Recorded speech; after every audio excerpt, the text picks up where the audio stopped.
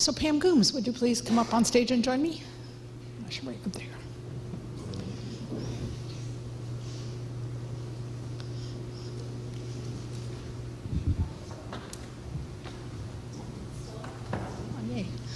So I want to introduce you to Pam Gumns. If you've ever Googled search somebody, you learn a lot. So Pam is going to be our teacher today, and she's going to be teaching about human trafficking. I didn't want to say sex slaves, but so I went on to the Free the Girls website, which is the organization Pam belongs to, and one of her friends wrote this about her. She is the director of strategic partnerships. Pam comes from a long line of women who believe in the responsibility of making the world a better place. Callie Pam, as she has affectionately called in our staff meetings, spends her time collaborating with brands, companies, and partnerships that support the work of the Free the Girls. As the longest tenured employee of Free the Girls, she has been responsible for the comings and goings of nearly 20 million bras, thousands of volunteers and donors, and everything else that makes Free the Girls what it is. She's inspired by the work of our amazing program partners and the braveness and boldness of the women in our program. She is a Northwestern Wildcat alumni and a fan who loves wine tasting in Napa Valley, the beach, and her beautiful family. This is written by one of her co-workers. So, Pam, it's up to you. Well, good morning, Crosswalk. I'm so glad that you're here. So glad for those of you who are joining us online this morning. My profile picture there, if you see it up there on the screen, that's actually taken at the Indiana Dunes, about 10 minutes away from where I used to live until I moved here to the beautiful Napa Valley. So, I feel like one of the questions that grown-ups like to ask kids, and they've been doing it for a long time, is what do you want to be when you grow up? And when I was a kid, and maybe when you all, some of you were kids, I feel like the list of things that I could be when I grew up was kind of finite. And because I was a girl, the list was even smaller. But my mom was a teacher. She taught at a small rural K-12 Indiana school that had about 400 kids in the whole school. And she was one of those teachers that wasn't just a teacher. She was a high school English teacher, and she was one of those people that helped kids on their journey. And I had a grandmother who, in the 1950s, in the small town in Indiana where I lived, she had helped start a school for children who were diagnosed with developmental disabilities. And that was at a time when kids who had disabilities were not guaranteed an education. There was no inclusion, and so that was a really big deal. So I had grown up with strong women, and I had this idea that it was within my power to sort of be able to fight injustices, but I didn't really know what that would look like when I grew up. But I was born in the 1960s, and so even at a young age, I knew about the civil rights legislation. And then in 1972, when the Equal Rights Amendment came on the scene, I was like, well, okay, like things are moving in this direction. There's going to be a world where there's more equality, where there's more equity, where there's opportunities for everyone. And then when I got to high school in 10th grade, I took a class called the term paper. We spent the whole semester writing a term paper about something back in the days before the internet, when you had to go to the library and you had to type out your paper. And the teacher had given us a list of things that we could possibly spend our semester researching and writing about. And there was something on the list that I was not familiar with. It was apartheid. And I had never heard of apartheid. I did not know what it was. It was the system of racial inequality, systemic injustice perpetrated against black people in the country of South Africa. And I spent the whole semester doing this like deep dive into apartheid. And I was quite frankly, sort of surprised that something like that still existed in the world. But it did, and it impacted me, the things that I found out in school that year. And then in the fall of 1981, I was at a high school football game.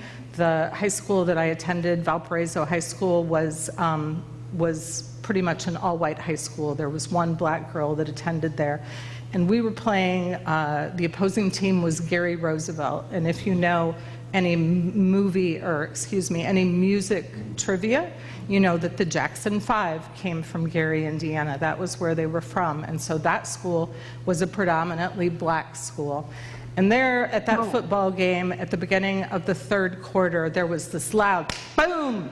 And there on the practice field, just to the southwest of where they were playing football, where we were playing against this predominantly black team, some kids, we later found out, they had lit this big, huge cross on fire. And this was not, this was not the 1950s Deep South. This was 1981 Indiana.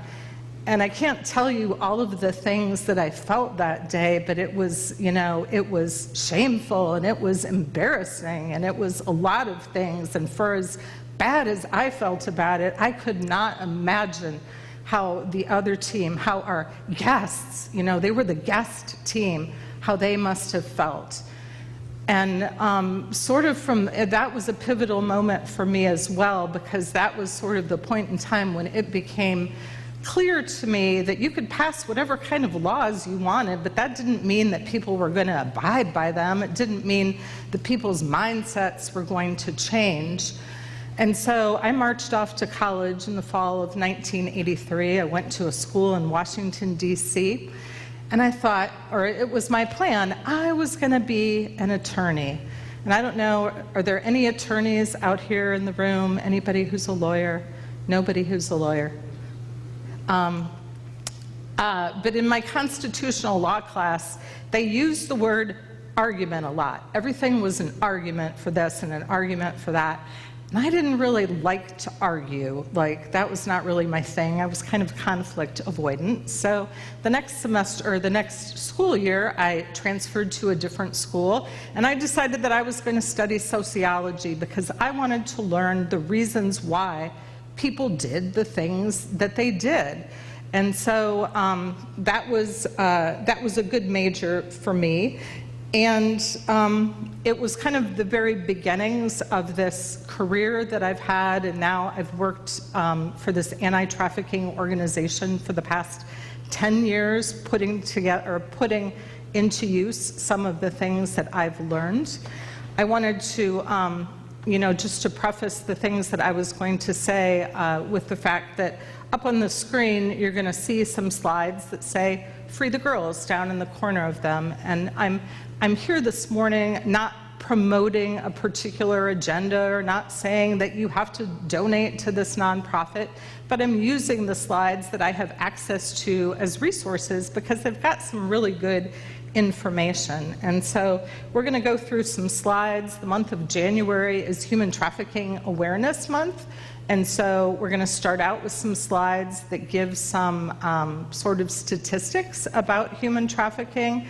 When I stood up here, I think it was the very beginning of January, I kind of rattled some things off the top of my head, and then when I went back and did my homework, I realized that some of the statistics I had given you were outdated, that the numbers have actually gotten worse in the 10 years that I've been doing this. So right this minute on our planet, there's approximately 50 million people who are victims of human trafficking. 50 million people.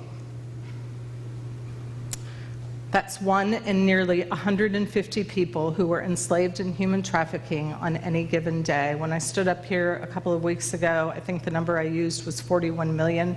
The number has gotten worse, as I said. Human trafficking is the fastest growing criminal industry in the world. The fastest growing criminal industry in the world. We're going to talk a little bit more about that later on. Estimated annual profits, $150 billion made each and every single year in the buying and selling of people as a commodity.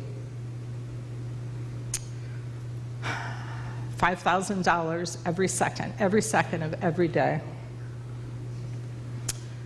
Globally, 2/3 of the profits from forced labor were generated by forced sexual exploitation to the tune of $99 billion every year.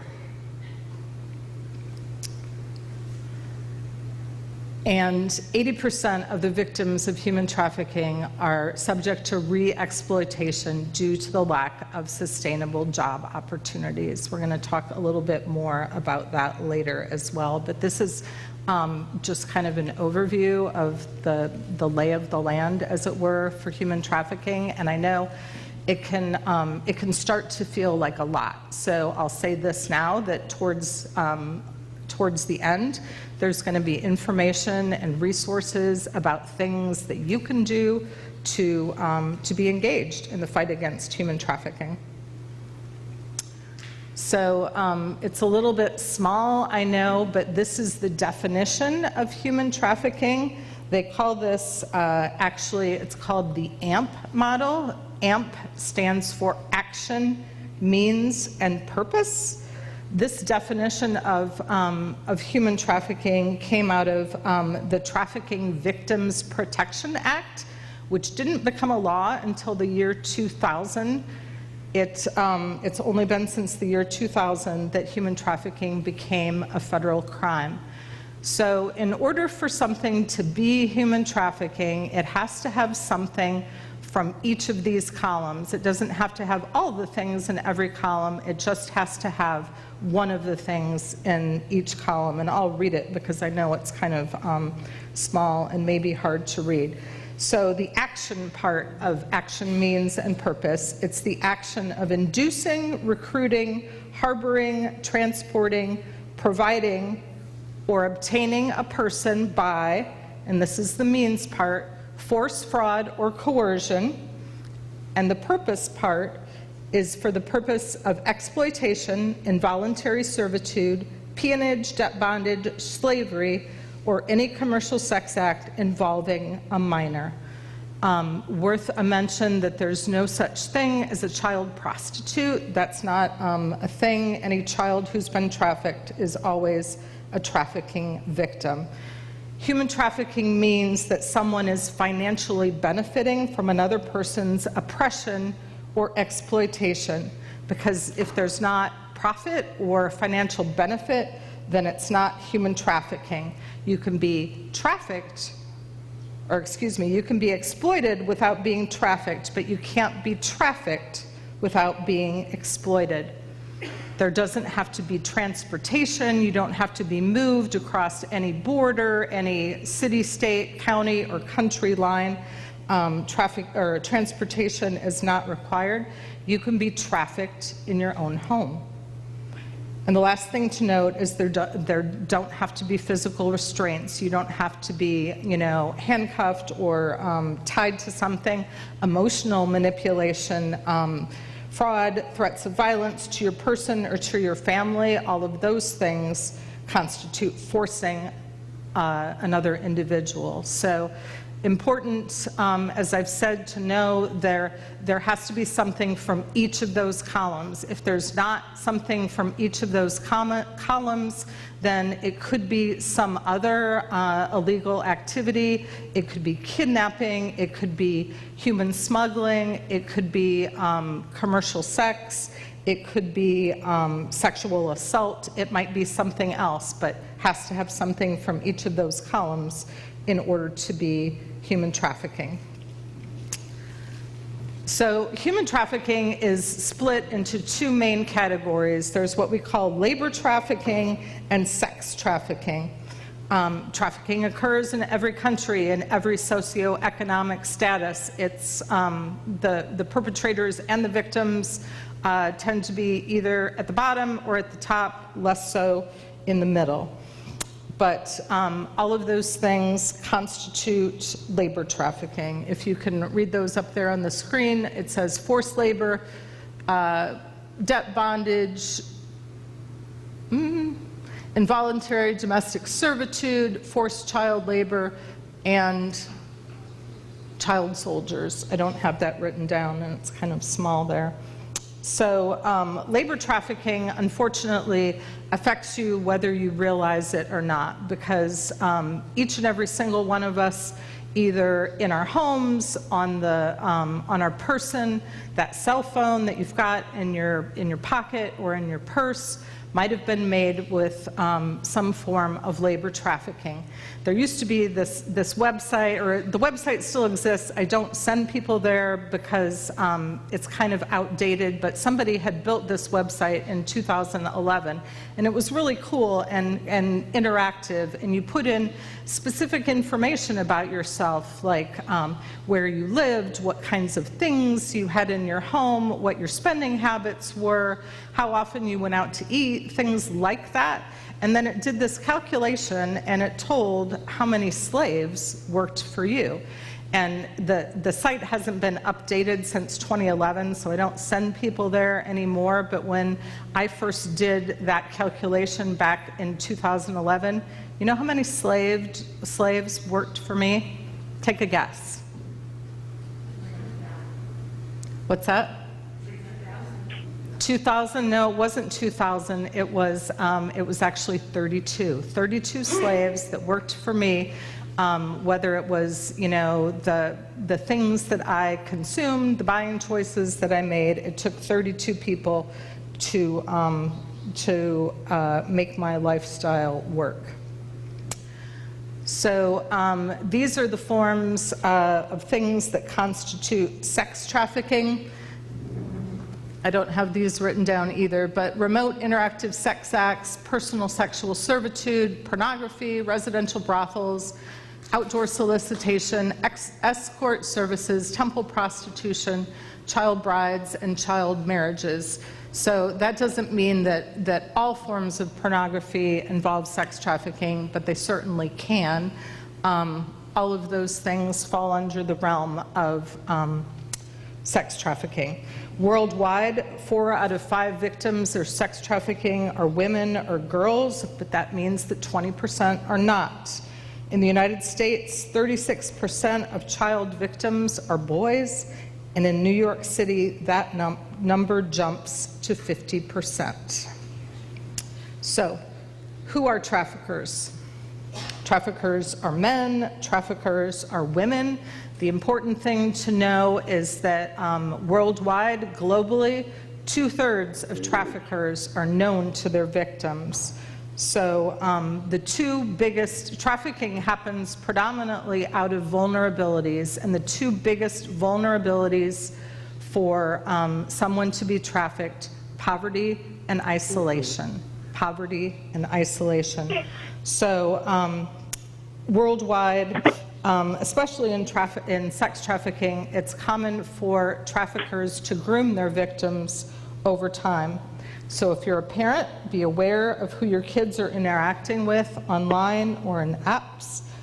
If you're a student and you notice something like a friend or a classmate beginning to withdraw after meeting somebody new or in person, if you're a healthcare provider or a teacher, ask those questions. As we saw by the numbers that I presented at the very beginning with those giant size profits every year, trafficking is a very lucrative endeavor, and that's because of a number of things, including that the punishment doesn't always fit the crime. But historically, it's been a high profit, low risk endeavor. Studies show that sexual exploitation can yield a return on investment ranging from 100% to 1,000%, while labor trafficking can produce profits of up to 50%. There's very few aspects of the global economy that aren't benefiting from modern-day slavery, human trafficking. Who are the victims? Victims, all ages, all colors, all genders, all sexual orientations. As we've said, it's pretty common for the victims to know they're traffickers, but victims may not self-identify out of fear for themselves, fear for their families, for the trauma that they've been involved with. It's common for women who've been trafficked to be charged with prostitution. And law enforcement has historically been not good at recognizing and accurately assessing victims of trafficking. And I can tell you this, it's not a somewhere else problem, it's a problem that exists right here in the county that we live in Napa County. Victims, typically, it's not like that dramatic sort of thing that you see on TV movies where, you know, somebody's kidnapped and they're held in a cage. It doesn't really look like that, because that would be a hard thing to do. That would be a lot of work. But traffickers are pretty smart, and so over time they might groom someone to think that they'll act as if they're a boyfriend to gain their trust, and then over time the situation turns into something else. But as I've said before, over 60% of traffickers are known to their victims, and in the United States, with child sex trafficking, that number is over 90%. So, a little bit about Free the Girls and my history with the organization and how I became involved. My Free the Girls story, oddly enough, starts with Facebook. In 2011, I was on Facebook, and I saw that a friend of mine had purchased a t-shirt from this organization called Free the Girls. And I was like, what's this? So I poked around a little bit on social media. I went to the Free the Girls website, which was pretty basic at that point in time. And I was like, what is this organization doing?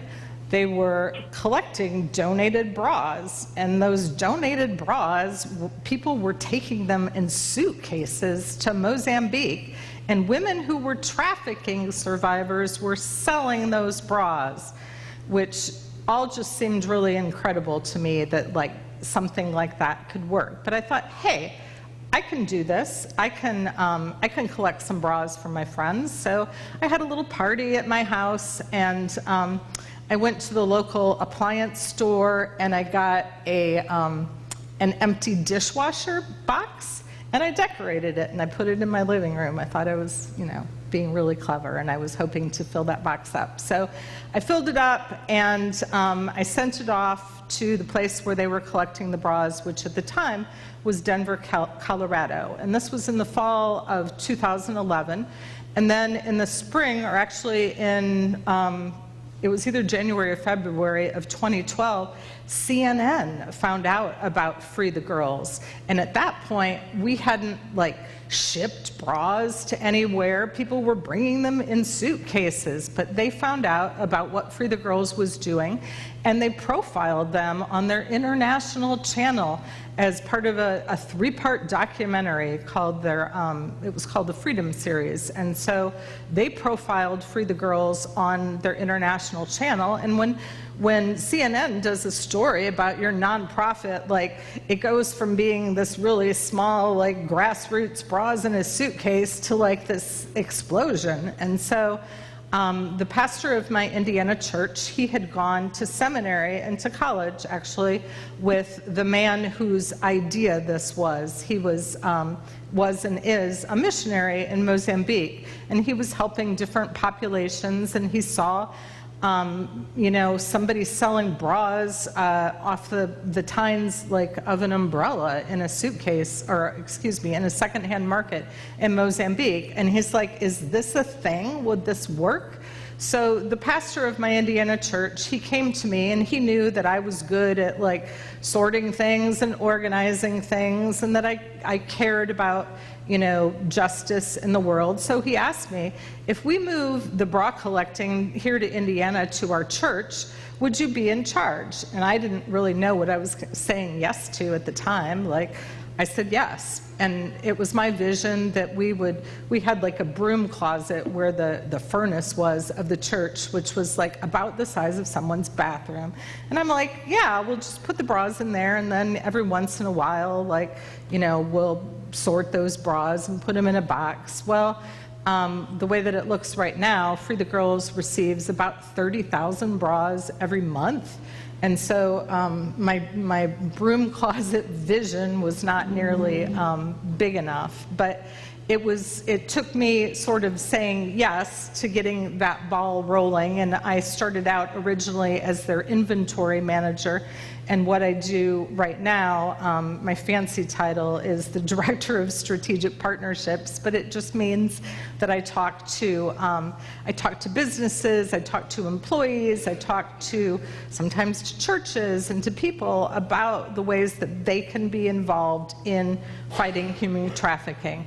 And human trafficking is actually it's a college level class right now, and so the things that I'm talking to you about today, if this was a college class, this would be the first part of the first day. So it's just kind of a very broad level view of what trafficking is about. But when you're helping someone who's a trafficking survivor, there's 3 R's, they call it, to that. There's the rescue, which is taking someone out of the situation. There's rehabilitation, which is all the different parts of helping them with physical and emotional needs that they might have, getting therapy, things of that nature. And then there's the reintegration. And when I heard Dar talking about, it's called Deborah's House, correct?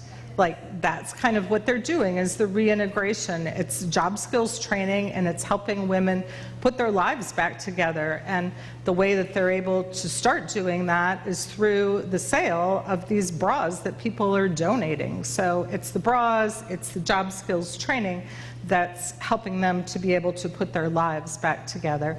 So there's a video that we're going to see now that Dar's going to play for us that kind of gives you the broad overview of what Free the Girls is.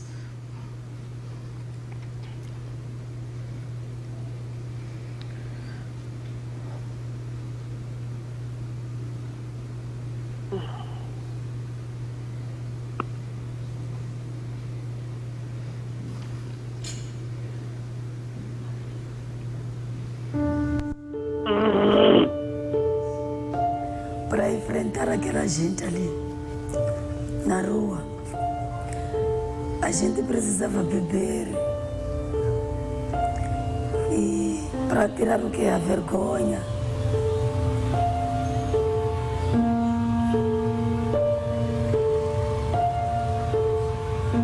A dificuldade foi grande, porque até a chegar ao ponto de nós irmos fazer a prostituição, era para dar de comer os nossos filhos.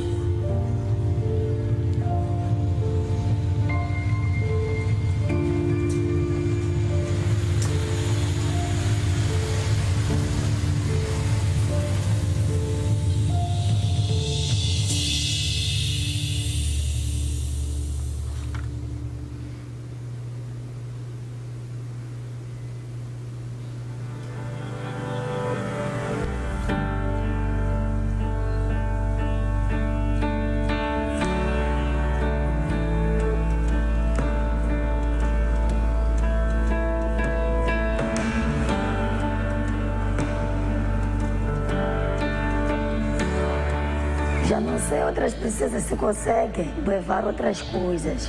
Além de sondear, já não sei. Saio às 6, volto às 17. Já não consigo me encontrar com outras princesas.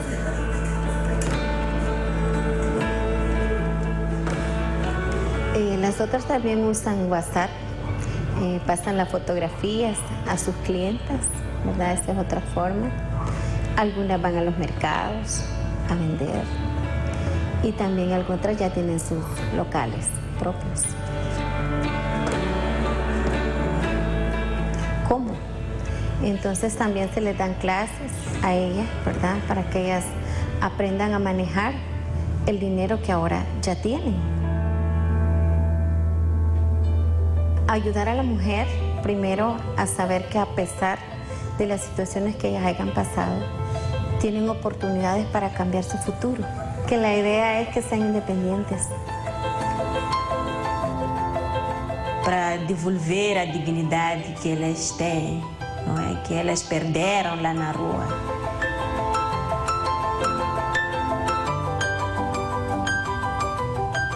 O meu sonho é de eu comprar terreno para os meus filhos construírem, eles estudarem, casarem, saírem com as mulheres e eu ficar aqui em casa da falecida minha mãe.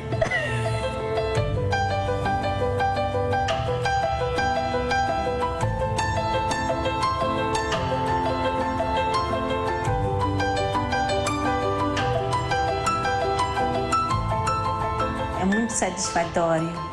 As mulheres que graduaram aqui, a maior parte delas já tem o seu negócio, já tem o seu espaço, estão a construir.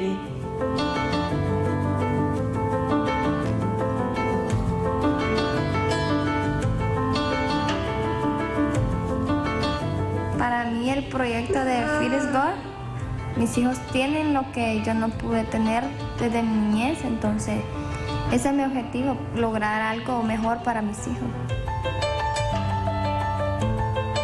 Si no hubiese sido por ellos que hubiesen estado en este país, créanme que no sé cómo hubiese sido.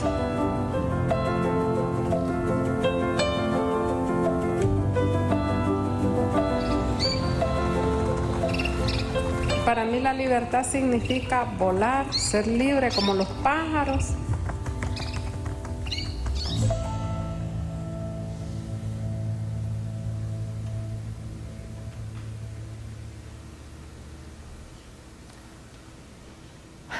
So that's the overview of what our programs look like. The first language that you heard being spoken was Portuguese, which is what they speak in Mozambique. That's one of the countries where we have a program. El Salvador and Costa Rica are the two other countries, and we're hopefully going to be expanding our programs in the near future into Honduras and possibly another country. In 2022, we developed, in partnership with another nonprofit, a curriculum, 3 curriculums actually, of job skills training that are specific for human trafficking survivors. And to my knowledge, they're the only curriculum that exists in the world for job skills training for trafficking survivors. And so those curriculum are freestanding. They could be used by trafficking survivors that aren't involved in the bra selling program down the road. But just quickly, the question gets asked often, why bras? What's special about bras? Bras are a safe opportunity because if you're a trafficking survivor, a sex trafficking survivor, who were the people who were paying for your services? They were men. And so it's avoiding the trigger of the exchange of money with a man. Bras are a luxury item in the countries where we work. They show how cosmopolitan you are, how that you're more modern. Bras allow women to participate in their local economy, to learn how the local economy works. And you're selling a bra, it involves sales. And for these women, sales are, something that they've been involved in before. They've been forced to sell their bodies. And so that's why bras work. We're going to go through now some resources that will help you to be more educated about trafficking, because I know it's been a lot of information this morning, and I don't want you to leave feeling like, oh my God, 50 million people, I can't help 50 million people. But maybe you can help a couple of people. Maybe you can make some choices that are going to impact people's lives that you've never met. One of the things I think that's true about human trafficking is, at least for me, once I knew about it, I could not unknow it. And so there's choices that you can make, that are going to impact people's lives. So. Coming up for not this slide, but the next slide, I'm going to ask you to take your phone out. So depending where your phone is, if you need to get into your purse, if you need to find it in your pocket, I'm giving you permission to take out your phone in church. That's probably not going to happen anytime super soon, so be ready. So I know in the email that went out, there was a list and there were links to some of these things. If you're just finding out today about human trafficking, if this is, new information for you, Polaris Project has a lot of great resources about human trafficking. ILO, the International Labor Organization, they were the ones where all of the statistics came from. That I used earlier in the presentation. The Human Trafficking Hotline, that's another great place to find out more information. The nonprofit that I work for is called Free the Girls. So again, the links are in that email. This is the reason why I told you to take out your telephone, which is to put this number in your phone as one of your contacts if you don't already have it now. So you can take a picture of it, or you can do it now as a contact. The number is 888-373-7888. 888-373-7888. In 2021, which is the last year they report this information, 50,000 calls were made to the Human Trafficking Hotline. Since its inception, the Trafficking Hotline has identified almost 165,000 victims.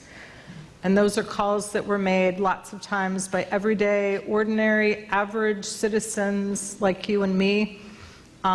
Probably 20 years ago, I still remember it to this day, I was in a Panera Bread and I saw something that was just, it wasn't right, it was weird, but I didn't know about human trafficking, I didn't have the language, I certainly didn't have this phone number, so if you see something, say something. I know in restrooms and airplanes now, you'll often see this number. Other resources, these are really great resources for being a good consumer, and they have apps that you can put on your phone. Sweat and Toil and Good on You help you to make good decisions about the things that you're buying. Just real quickly, some of the things that are commonly made with trafficked labor are chocolate and coffee. Chocolate and coffee are two of the things that are most commonly made using, kids as child laborers, and so we're, trying to help you avoid doing that. So Sweat and Toil, Good on You are the ones that have apps. Freedom Business Alliance is another place that you can find out more information.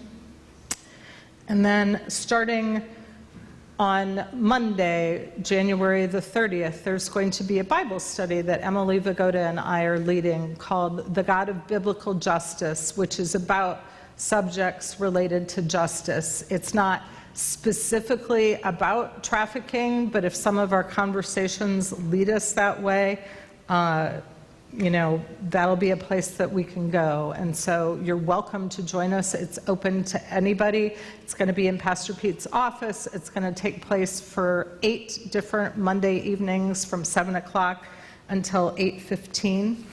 I didn't realize when I said yes to doing this that they'd have a Bible verse already picked out, but this verse here is from the book of Luke, chapter 4. It's one of the verses that we're going to go over in our study, and so I'm just going to read this little excerpt from it. The Spirit of the Lord is on me because He has anointed me to proclaim good news to the poor.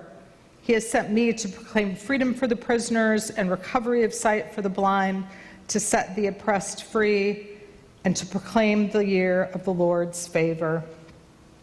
It's one of the verses that we're going to be taking a little bit closer look at, because we can always ask ourselves, what's Jesus's position on this? And Jesus is always about good news, just like that verse at the beginning, act justly, love mercy, walk humbly.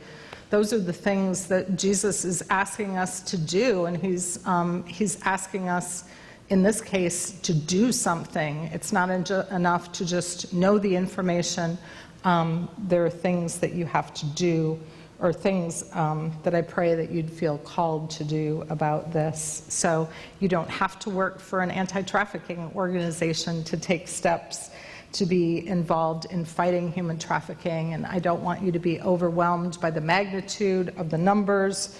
You just have to say yes to doing that one thing today, for making that choice.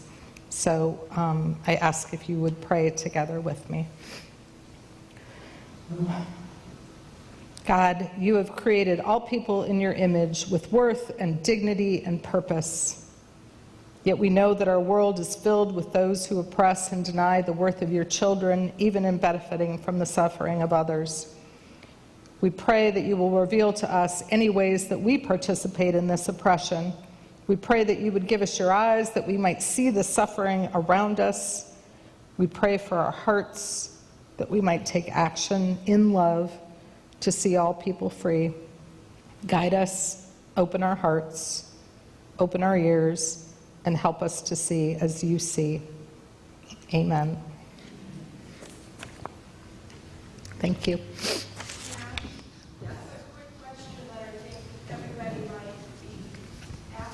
Sure. How do we use that number if we see something? Are we supposed to ask the girl, or are we just supposed to call, or give her that number to call? If the question that Carrie's asking is, how do you use that trafficking number? And the response to that is, to a certain degree, you have to use your judgment. But most of the time, if someone is in a situation where they're being trafficked, they're not at liberty to use the phone, or like we realize, they may not know or even be aware that they are a trafficking victim. So what you're doing is you're calling that phone number yourself, and you're reporting that situation. I have seen, and they route it to the right law enforcement authorities. I have seen something that does not look right. I have seen something that makes me suspect that it might be trafficking. There's also a number that you could text, but I didn't want to make it too complicated. I just wanted to make it easy. So check out that human trafficking hotline website, and there's going to be a lot more information on there than what I could give you, in this short period of time. So excellent question. Thanks, Carrie. Thank you, Pam. Would you all join me with closing with the Lord's Prayer? Our Father, who art in heaven, hallowed be thy name. Thy kingdom come, thy will be done, on earth as it is in heaven. Give us this day our daily bread.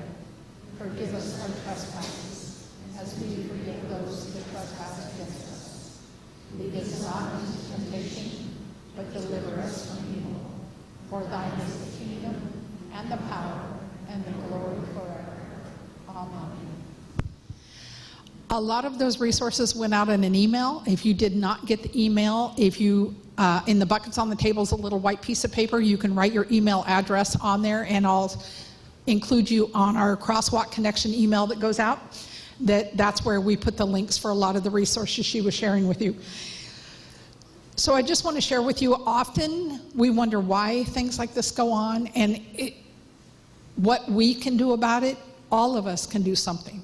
We are asked to be the hands and feet of Jesus. So pray about it. Pray about where God's leading you to get connected with this. Come to the Monday night Bible study and learn more. Thank you. Have a great Sunday. Go home and watch the football games so we can figure out who's playing.